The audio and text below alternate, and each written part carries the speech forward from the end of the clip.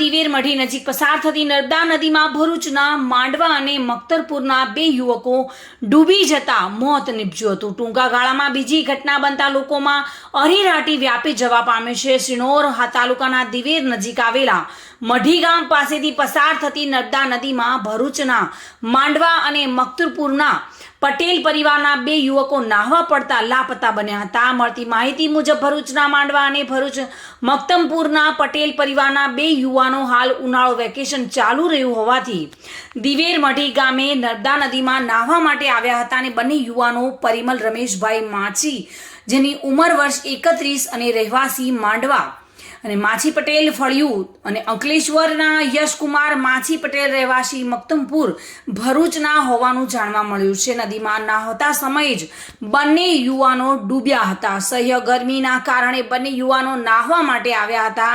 ઘટનાની જાણ થતાં જ ફાયર વિભાગના કર્મચારીઓએ તાત્કાલિક ઘટના સ્થળે પહોંચી રેસ્ક્યુ અને ઓપરેશન હાથ ધર્યું હતું। પોલીસ પણ તાત્કાલિક ઘટના સ્થળે પહોંચી હતી અને તપાસ શરૂ કરી હતી। સવારે બંને યુવાનોના મૃતદેહ મળી આવ્યા હતા। કેતન મહેતા સાથે bureau report, today Gujarati news.